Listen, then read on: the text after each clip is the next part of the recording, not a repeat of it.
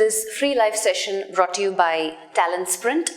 And for today's session, the topic that we have chosen is 3 important question types to focus in the AMCAT English Comprehension section. Now, AMCAT, as most of you know, Aspiring Minds Computer Adaptive Test. Now, this test basically, right, is adaptive, meaning the questions keep changing and it basically evaluates your, it tries to match your IQ level, right? Which means it challenges you and almost kind of, gets you to go beyond your potential, this test. And that's probably one of the reasons why the top MNCs, IT companies and other industries also kind of use this tool to take in freshers, right? They want to select the best of the lot. And that's why it's important for us to prepare smartly for this employability assessment test. Now, I'm sure by now you know that, who is eligible to take this test, right? Any MBA graduate, even if they're doing their final year. Likewise, any engineering graduate, again, even if they're doing their final year, or any graduate, from any stream. Also, if they're doing their final year. So all of you qualify to take this test, right? So what are the types of companies that are actually utilizing this test in order to select freshers, right? In order to select the cream from the lakhs of candidates who are applying for the same job, right? So obviously we have banking and financial institutions, we have automobile and IT companies, we have IT product companies also taking hotels. Apart from that, some corporates, telecommunications. So there are quite a bit of industries who are relying on AMCAT to select you guys, right? So that's also one of the reasons why you should be looking closely at how to crack this test. So the test details itself, to get started with, I'm sure some of you have already taken AMCAT earlier, right? It may not be your first attempt. It could be your second, third, fourth, fifth attempt. And given the fact that you have a time period before which you can take the test again, right? After your first attempt, I think there's about 40 to 45 days before you can attempt the test again. So it's important that we kind of make the most of that time. So the test details as such, especially for those who are attempting it for the first time, right? The test is for 3 hours. The duration is for 3 hours, right? And no negative marking. That's the best part about this test. And the questions are objective type, right? Now there are 2 modules to it. There's a compulsory module which covers English comprehension, there's quantitative ability, and there's logical reasoning. And then there is a optional module. Optional module, again, the questions will be based on which stream you come from, right? Whether your background is MBA or whether it's engineering or any other stream that you're from, right? Depending on that, the optional modules will differ. And each of these sections carry about 900 marks. So, because it's adaptive, right? So, you kind of constantly need to up your game when it comes to AMCAT. Now, in this session specifically, we're going to focus on what are the top 3 important question types that we need to kind of look at, or in terms of our preparation, where should be our focus. So it makes it easier for us to ace this particular test. Now I've come up with a small presentation which I will be sharing with you guys, but before that, quickly wanted to acknowledge those of you who are here. Pooja is here, Sardeep is here, hi. Some of you are just silent spectators, which is fine. Hopefully you will actively participate while we go through the question types. Yeah, so let's get started. Let me share the screen. So we're going to look at these question types, and while we go through these question types, we'll also look at some strategies or what concepts that we need to keep in mind, right, to make our job easy in terms of our preparation. So let me share the PPT first. Okay, so one of the first question types that you need to focus on, fill in the blanks. I'll tell you why. So it's 25 questions, right, in the English comprehension section. So out of 25 questions, you can easily expect close to a minimum of 4 to 5 questions, or sometimes even 6 to 7 questions in fill in the blanks alone. Okay, that's 28% from the 25. Right? So that's something that you need to focus on. That's the first question type that you need to focus on in terms of your preparation. So let's look at a couple of example sentences, understand what concepts we need to be familiar with, what strategies we can apply, when we practice or prepare for this question type. So let's read the direction. So in each of the following sentences, there is a blank space. Below each sentence, there are 4 options. Find out which option fits the blank in the sentence to make the sentence meaningful. Okay, great. So let's look at our context. In a little publicized deal, Pepsi Cola has dashed the entire soft drink market in Afghanistan, and we have 4 options. Option A, captured. Option B, held. Option C, left. Option D, taken. Right? So one of the things that we need to quickly keep in mind when it comes to fill in the blanks is, look at context in and around the blank. Right? Pay attention to words in and around the blank. Look for clue words in the context. So Pepsi Cola has dashed the entire soft drink market. So in this particular area, right, in Afghanistan, Pepsi Cola has done something. Now, let's go from option D. So if I say option D, taken, right, taken where? Taken the entire soft drink market in Afghanistan means taken to what? See, for me, it's a little incomplete. I'll tell you why. I am more familiar with the phrase saying, taken by storm. Right? Given the context, what are we trying to convey here? What is the context that we're trying to convey? We're saying, hey, you know what?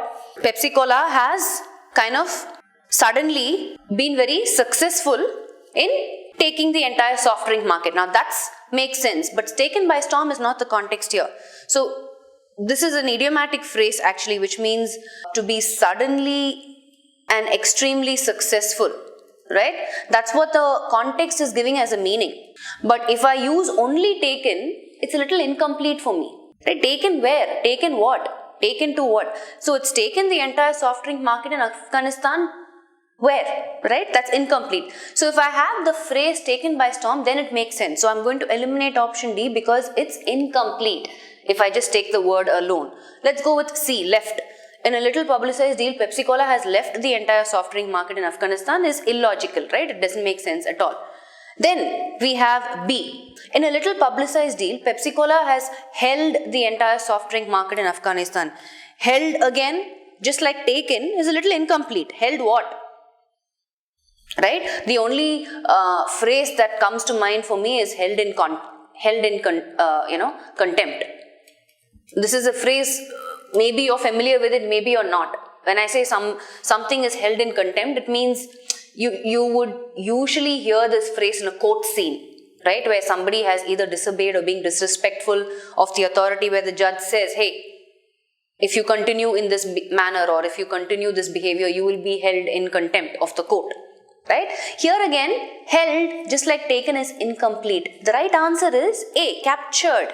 Captured means what? To seize or to get control of.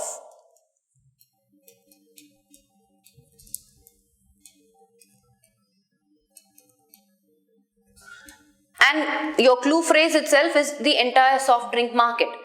So here, right, in a little publicized deal, Pepsi Cola has captured the entire soft drink market in Afghanistan. Meaning, it has taken control of it. Right? So the answer is option A. So I want you to kind of be familiar with certain phrases and just don't randomly pick options. Okay? So has captured, option A. Let's move on to another context. If you persist in telling lies to me, I shall sue you, slander. So some of you may not be familiar with this word, slander. You may not know what this word means. So slander actually means, for those of you who don't know, it means false or malicious statement. Basically, that damages somebody's reputation, right? Having said that, so if you persist in telling lies to me, I shall sue you, This again is a collocation, right? Look for words in and around. So before the blank, I have, I shall sue you. So what's the right collocation? I keep saying collocation. For those of you who don't know, collocation is nothing but 2 or 3 words that go together. We have heard people use this repeatedly in various situations or circumstances. So if you persist in telling lies to me, I shall sue you, options. Option A for option B with, option C in, option D but. What do you think is the answer? So the right collocation, while you keep giving me answers, the right collocation is you sue someone for something, right? In this context, it is slander. Suing means again you taking them to court, right?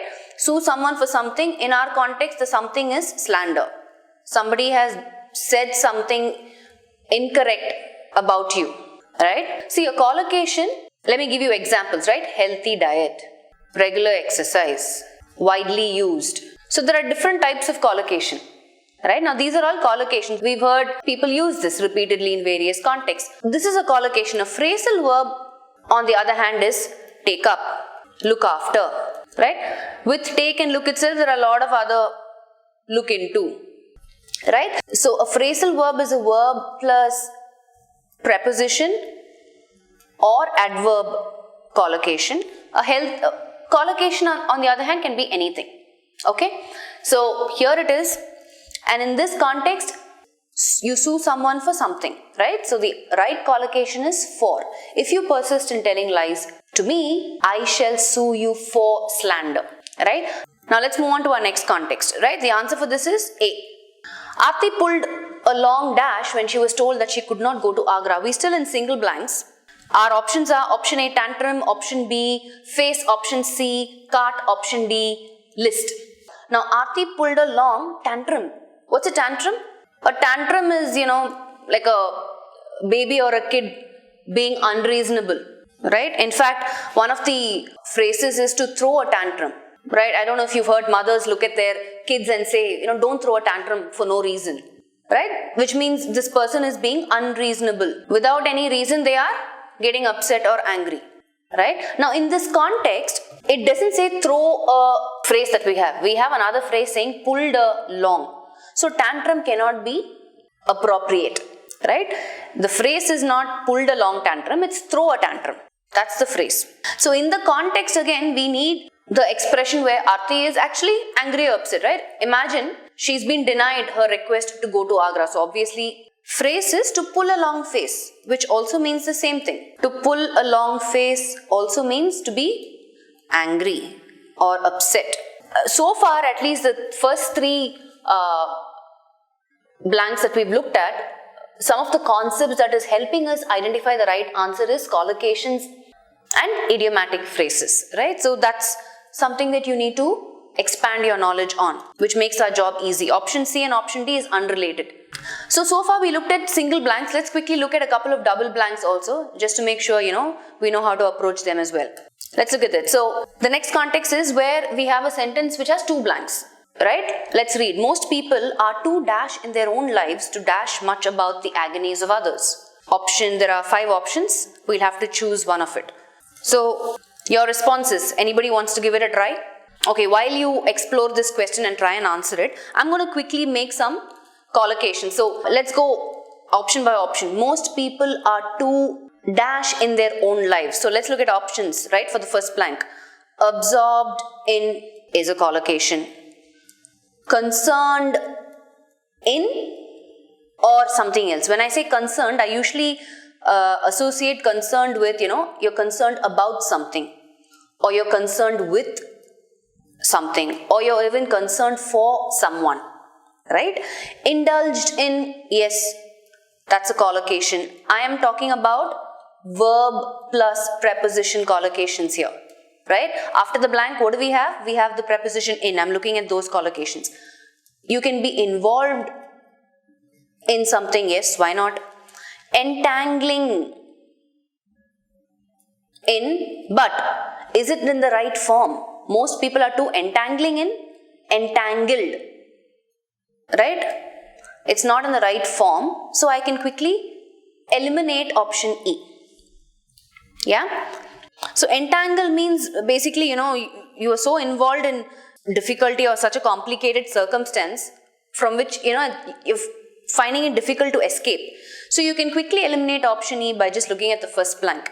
Now, since we have so many collocations, right, A is fitting, C is fitting, D is fitting, I'm going to eliminate option B because it's not a very effective collocation. Concerned concerned about something, concerned with something, concerned for some. Right? So I'm going to eliminate option B. We have to choose between A, C and D. Now, since I've narrowed down your options, are you able to quickly figure out which can be the right answer? Most people are too absorbed in their own lives to care much about the agonies of others. To care means basically be bothered, right? It fits correctly. What about option C? Eradicate. Now, eradicate means what? To put an end to, right? To destroy completely. Is that the meaning that we want in the second blank? What we want in the second blank is people are so involved in their own life, right, that they don't have time for others. That they can't be bothered about what others are going through, right? So is this the meaning that we need? Absolutely not, right? Option C, out. The second word is inappropriate. Most people are too indulged in their own lives to eradicate much about the agonies of others? No, incorrect. What about D? Most people are too involved in their own lives to console much about the agonies of others. Now let's quickly look at collocation, right? You console someone, okay? Console means you comfort, right? So in the context, I can't say you console much about the agonies of others, right? It's a very awkward construction. It just doesn't sit right. So having said that, because console, sentence-wise, constructionally, it's not giving us the right fit, right? Eliminate option D also, and our right fit is option A. Most people are too absorbed in their own lives to care much about the agonies of others. So basically what we've done here is we've applied a little bit of collocations, we've eliminated the wrong answer options, we've narrowed down whatever options we had, and then we looked at, hey, understanding this context, let's see which is the most right answer, right? Always, whenever you're in doubt, what I normally tell, immediately put that word in a context, right? Console. When will I use console?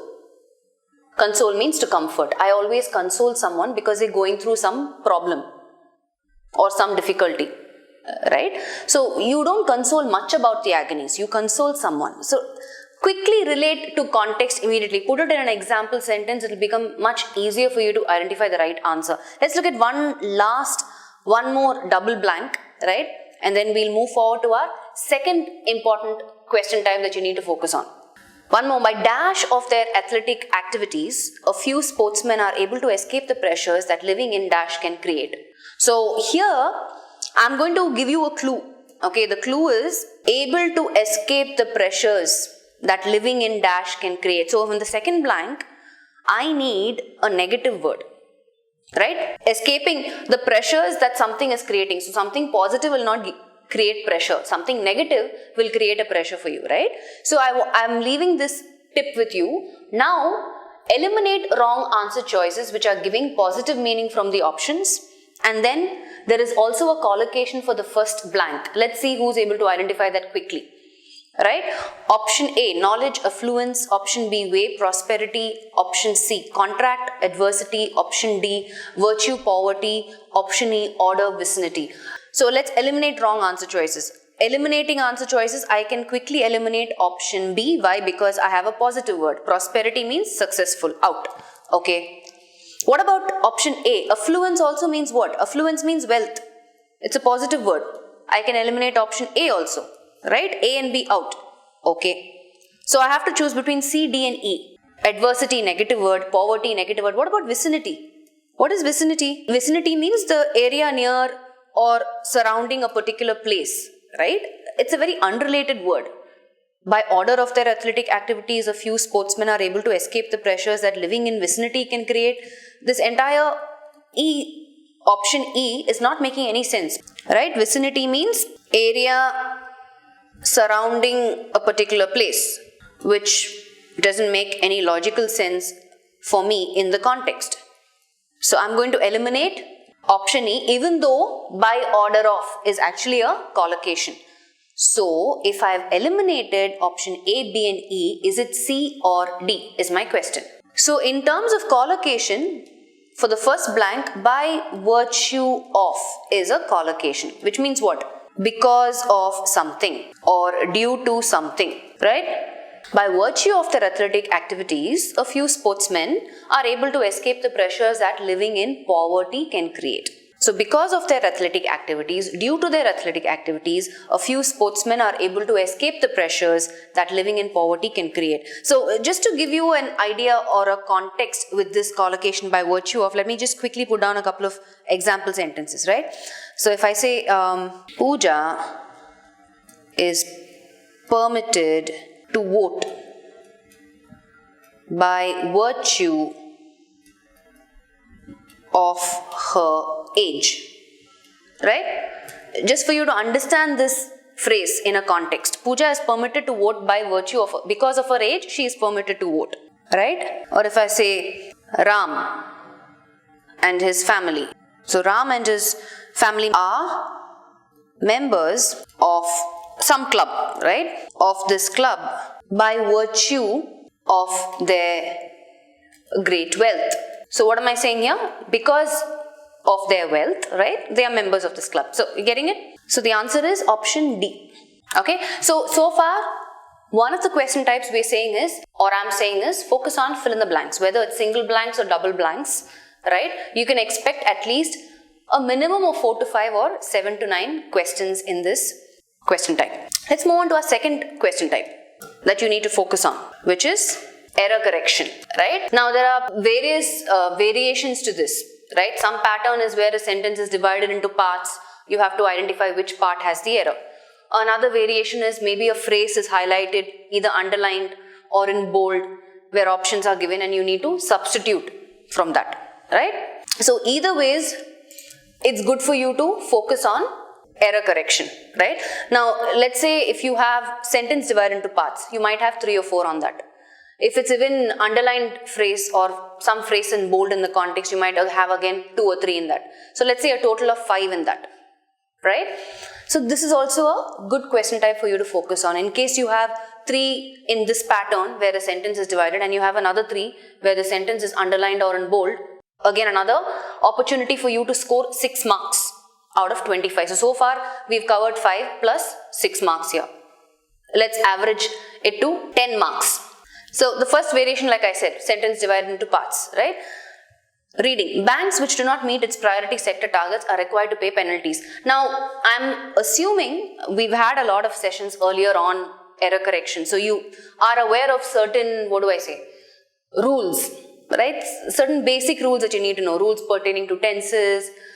If it's prepositions, is it an unnecessary preposition? Is it an incorrect preposition? Or is it a missing preposition? If it's subject-verb agreement error, right? Or if it's pronouns error. So some basic grammar will help you in this question type, right? Now, with the context that we have in front of us, are you able to identify which part has the error? Is it A, B or C? Banks which do not meet its priority sector targets are required to pay penalties. Do you think there is an error in this context? See, again, for question types like this, it's basically just attention to detail, right? You might know the rule. You might be familiar with the concept, but if you are not observing properly, you might overlook the error and miss out on 1 mark. Let's see, I'll give 30 seconds. Let's see who's going to identify the error in this part. If there is no, we'll move on. What do you guys think? Banks which do not meet its priority sector targets are required to pay penalties. Banks is a plural subject. More than one bank they are referring to, right? So, the bank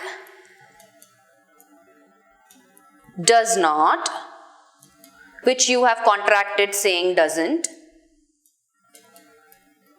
right? Banks do not. So, in the context, banks do not is correct. So, there is no, you don't have to change this, right? It's not a singular subject, it's a plural subject. Banks, more than one bank. So, 30 seconds over, let me quickly unravel it. Banks which do not meet, not its. The pronoun, it's a pronoun error here. Because we're referring to more than one bank, it should be what? Anybody? What should you change the pronoun its to? I'll give another 10 seconds. Yes. Banks which do not meet their. The error is in part A, right? It's a pronoun error. So that's why I'm saying, this is not something that you don't know. You know it, It's just that you're not looking for it, right? You're not familiar with, okay, this could be one sort of an error that I need to look for. Are you following? So it's something that you guys are already aware of. It's just that you're not applying what to look for or what are the possible. So for you to crack question types like this, you need to be familiar with what are all the possible types of errors that I need to be familiar with, right? Let's look at another one. The company has launched a creative marketing campaign to reach for its rural customers. The company has launched, I've corrected it. The company has launched a creative marketing campaign to reach for its rural customers. See, sometimes even if you don't know the concept or if you don't know the rule, you can still find some part funny. Right? You don't have to explain it, but just because you're reading it, it sounds awkward, it's easier to spot the error, right? So like eliminate the word for, or basically the company is trying to reach out to its rural customers, right? That's the right word. Not to reach for. Reach for means what? I'm trying to reach for something, means access something. But here, they're trying to cover customers in the rural area also, right? So the right phrase is to reach out to. They want to reach out to even their rural customers. So the error is in part C, where you change reach for to reach out to. Yeah, are you following? Okay, the error is in C. Okay. According to the recent United Nations estimate, the world population is anticipating to increase drastically. Where do you think the error is? So according to the recent United Nations estimate, the world population is anticipating. If I leave it as the ing form in D, obviously it means, or it feels like as if the world population is anticipating an increase. Right? No idea, nahi? You just change anticipating to anticipated. The world population is expected to increase drastically, right? So anticipated to increase drastically. I don't need an ing form here because it gives a completely different meaning. So this is one part, okay? I remember I told you there is a variation to error correction. So you might have this sort of a question type also. Let's look at the other question type also. It says quite a lot of the students in our class were born in America, but many of them grew about in India. Grew about is the highlighted phrase in bold. Options are grew above, grew up, grew about, grew out. What do you think is the answer? Quite a lot of the students in our class were born in America, but many of them grew about in India. Yes, this is an easy one, right? I'm looking for something which gives the meaning where someone was born and brought up in a particular area. So obviously that option is only in option 2. Grew up. Though they were born in America, they grew up in India. Not grow about. Grow out means it's more like an extension. Grow about means, as though giving some sort of an approximation.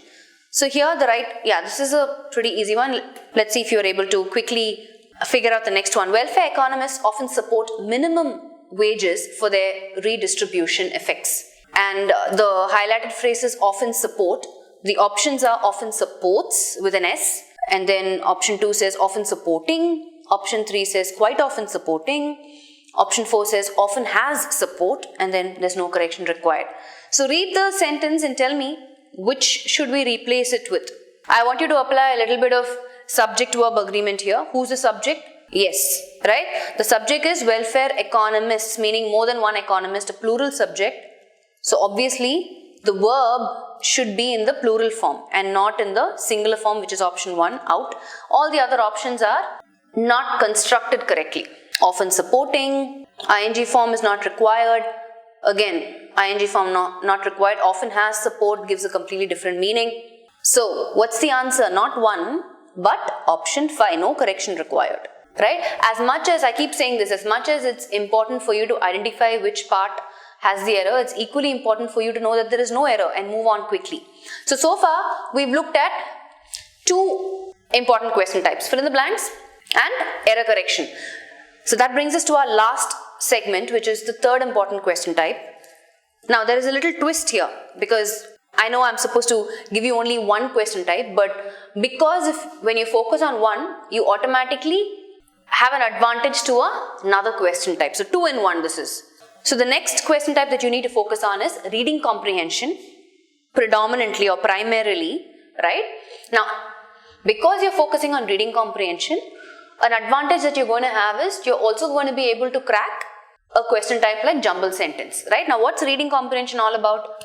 It's about context. It's about following a particular theme, or there's some message, right? There is some logical flow to the context. So all of this is also applicable in jumble sentence. Now, quickly, couple of things before we look at one of the question types in this. See, though reading comprehension is one question type where people feel it's time consuming, but trust me, you will definitely have reading comprehension in AMCAT, sometimes 2 passages, right? It could be short passages, it could be long passages with a minimum of 4 to 5 questions. So what you need to focus on is your reading fluency, right? How fast can you read? And while you're reading fast, how much are you understanding? So you need to improve or work on your reading fluency to improve your speed and comprehension, right? And that is something that will happen only if you make reading a habit. So you quickly kind of time yourself whenever you're reading articles, right? Try and summarize what you've read immediately. Try and talk about it to a friend or some family member. Share what you've read, right? It could be an article, it could be a subject that interests you, anything. So what I'm trying to say is start working on your reading fluency because it's extremely helpful. Now, because you're doing that, jumble sentence also kind of becomes easier for you to. So sometimes you might have 1 or 2 jumble sentence also. That's another 5 marks, 5 solid marks for you.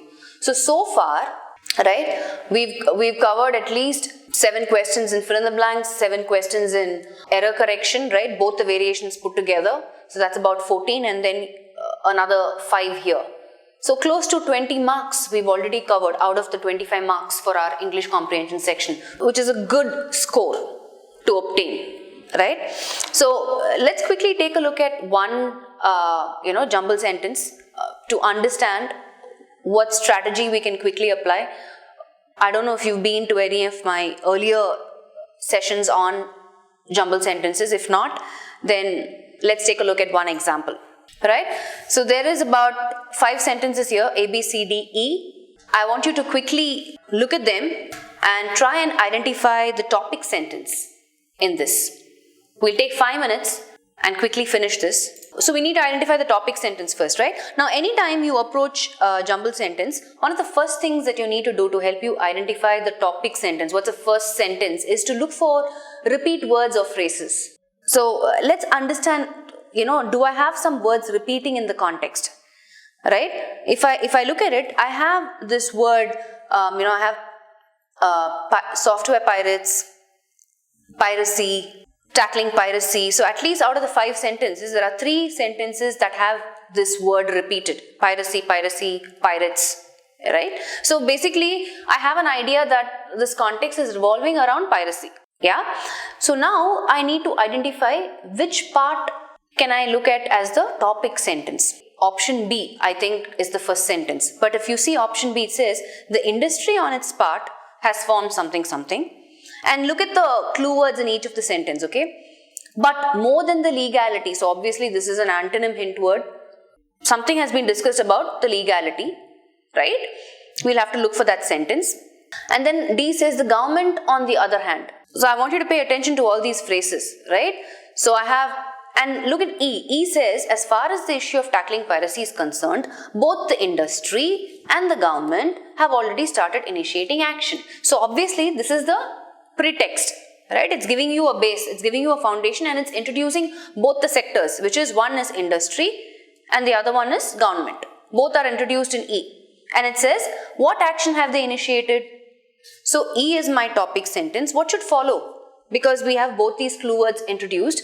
Can you tell me if it should be B or D? This is an easy one because also from the phrase, on the other hand. So after E, should it be B or D? So both the sectors introduced.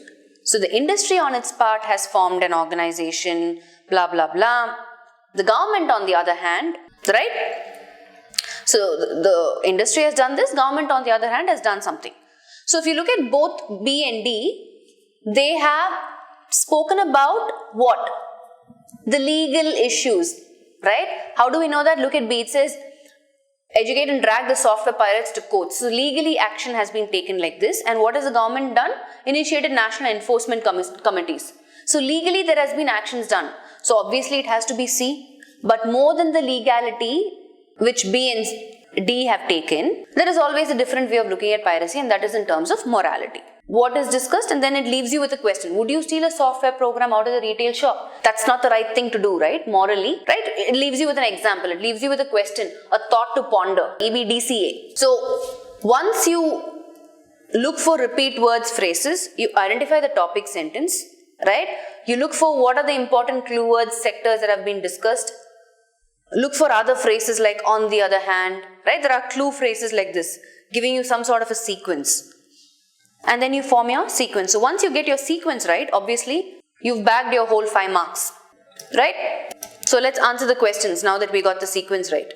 I'm going to write down the sequence here again. E, B, D, C, A. So which of the following should be the third sentence is D? Which of the following should be the first sentence is E? Which of the following should be the second sentence is B? Which of the following should be the last sentence is A? Which of the following should be the fourth sentence? Fourth sentence is C, and that is in C only. So the answer is D, D, E, D, C. There you go. That's it. Yeah? We've come to the end of this session, but quickly wanted to highlight a couple of things, right? So 3 important question types that we looked at is, to start with this, we said, hey, let's focus on fill in the blanks because of the number of questions that we will get, whether it's single blanks or double blanks. Then we said, let's focus on error correction, right? Because there are variations that we can expect in AMCAT.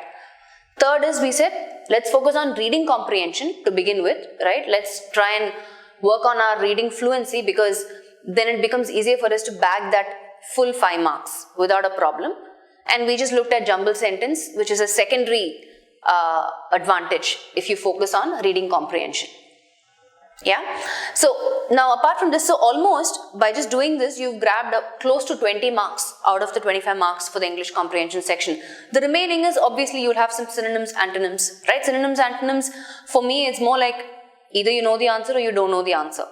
If you're familiar with certain meanings of prefixes, suffixes, root words, yes, you might get a couple of more marks on that front, right? One thing I want you to remember is when it comes to synonyms and antonyms, pay attention to the directions in the question, right? Especially, let's say they have 2 synonyms and then the next one could be an antonym and they specifically mention it there in brackets saying opposite. So look specifically for that direction and don't think they're asking still for a synonym. They're asking for an antonym in this question. So sometimes we tend to lose out marks like that. And some words are sometimes pretty easy ones. They're not very difficult ones. So you can easily get a couple of more marks in that question type. So are you following, guys? So that's about it. I just want to kind of wish you guys all the best for those of you who are kind of, waiting to attempt AMCAT, who's taken AMCAT, or who wants to kind of test it out. And I think you should, because it's a great assessment tool which kind of expands your ability to reason things out. It makes you good with numbers and it tells you where your weakness is, what you need to focus on, and most importantly, you get recognized by some of the top IT and MNC companies, which is what we want at the end of the day, right? We want a good job, we want to get settled in a good company, right, which gives us a good pay package, right? That's what we're aiming for, and that's what you should do. For those of you who still want to kind of get more insight or get familiar with more rules, more concepts, you can feel free to log on to our website www.talentsprint.com/IT. So thanks for watching, thanks for your active participation, and all the best. Thanks guys, and take care. Hi everyone. Welcome to Talent Sprint series on most frequently asked coding questions. In this series, we are looking at a variety of questions which have been asked in interviews or written exams over the years. We are also giving you tips and pointers along the way to help improve your coding and make your code look more professional. Also, we are giving you some tips and tricks to score some brownie points in the next interview of your choice. Hi everyone, welcome to Talent Sprint series on most frequently asked coding questions.